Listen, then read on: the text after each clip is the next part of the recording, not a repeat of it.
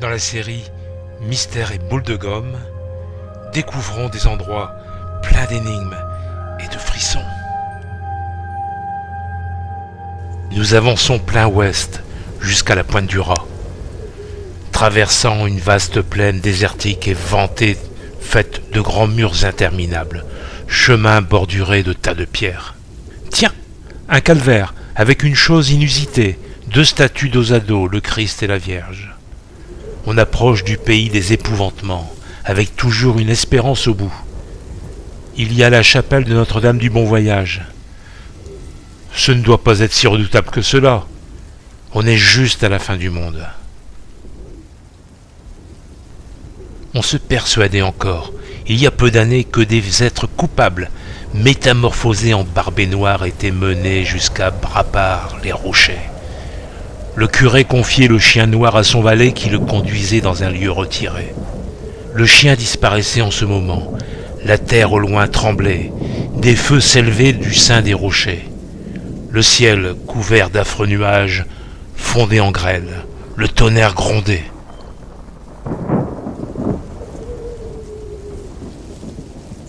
Autrefois, au Cap Sizun, on conduisait au récif de Thévenec, dans le Raz de Sein, tous les conjurés de la région. Il y avait une barque spéciale affectée à leur transport. Et ce sont eux, paraît-il, que dans les nuits de tempête, on entend pousser des « youh » lamentables au loin dans la mer. Aujourd'hui, les hommes ont construit un phare au Thévenec pour les rassurer. Il se raconte toujours qu'une nuit, un des gardiens, profitant de ce qu'il n'était pas de service, était descendu pêcher à la ligne sur le bord du rocher. Tout à coup, il se sentit rudoyé par une main invisible, tandis qu'une voix en colère disait « Retire-toi de ma place !» C'était un conjuré que sa présence dérangeait. À la pointe du Raz, juste au moment de la remise à zéro de notre existence, entre paradis et purgatoire, ce phare est peut-être un appel à l'aide.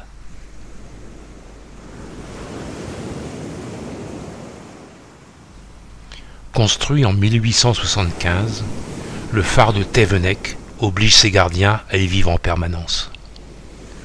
Bon nombre d'entre eux sont devenus fous, effrayés par les étranges sifflements et hurlements des lieux. Pour vous dire, en 1891, le vice-président de la Société archéologique du Finistère, Hyacinthe Le Carguet, évoquait déjà les étranges histoires qui planaient sur le phare de Thévenec.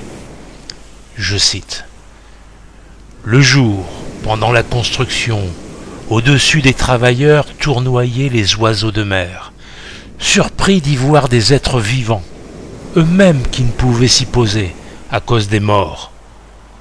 Par leurs cris, va-t'en, ils semblaient prévenir les travailleurs des dangers qui les menaçaient. La nuit, c'étaient des bruits de gens qui se querellaient, se battaient, on aurait dit tout bouleversé. Le couvercle de la citerne, surtout, déjeté de côté et d'autre. Des vieillards parcouraient la roche et le bâtiment. Des croix se dressaient et s'abattaient. Des gens s'y suspendaient. Au jour, tout était en ordre. Pour faire cesser le bruit et les apparitions, on fut obligé d'ériger sur le roc une croix en pierre.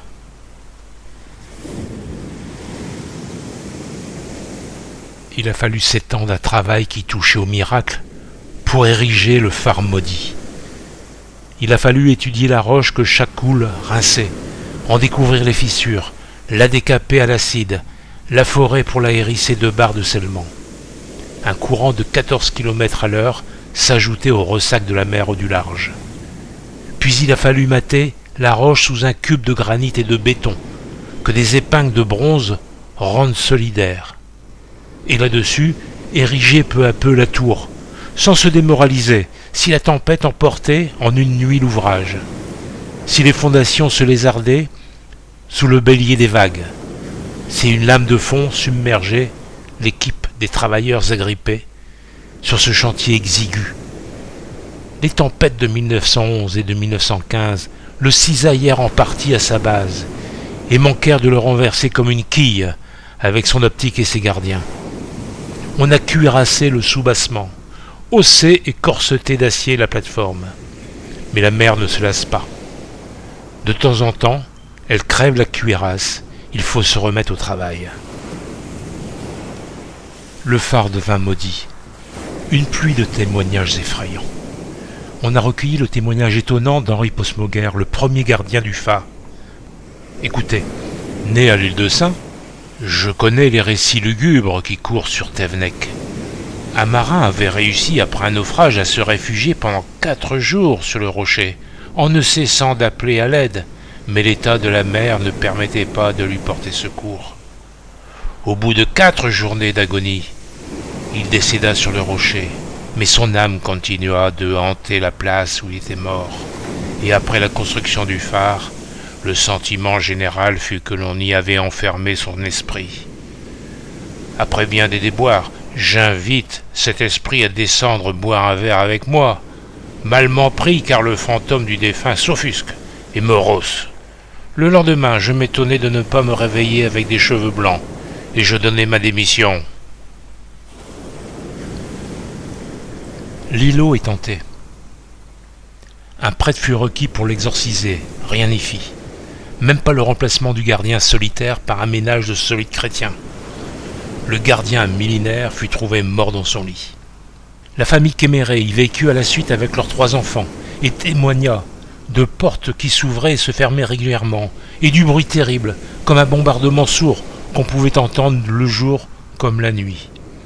Le gardien Ropars, qui lui succéda, vit son père raflé sous ses yeux par une lame.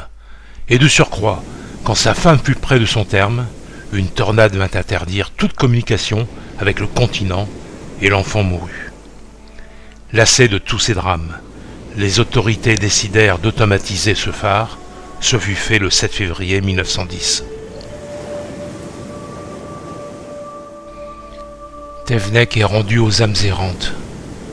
Mais ceux et celles qui sont de l'île de Sein et qui savent bien ce qui s'y passe, tout comme aux alentours du Raz, au Pont des Chats, à Thévenec, à la Vieille, ces endroits sont habités par les invisibles, car personne n'ignore à Sein le danger qu'il y a aussi à rencontrer la nuit aux abords de l'île, principalement entre le Pont des Chats et la Roche Thévenec, un de ces bateaux qui n'a d'autre équipage qu'une femme toute seule.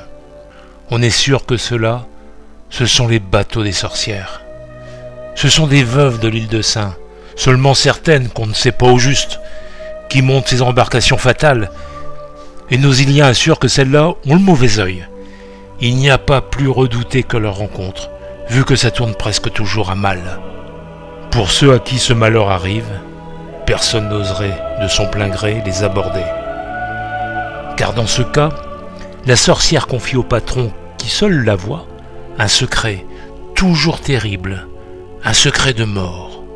S'il parle de cette rencontre, que cependant pas un de ces hommes n'a pu remarquer, s'il dévoile si peu que ce soit ce secret, lui et son équipage sont fatalement engloutis la première fois qu'ils prennent la mer.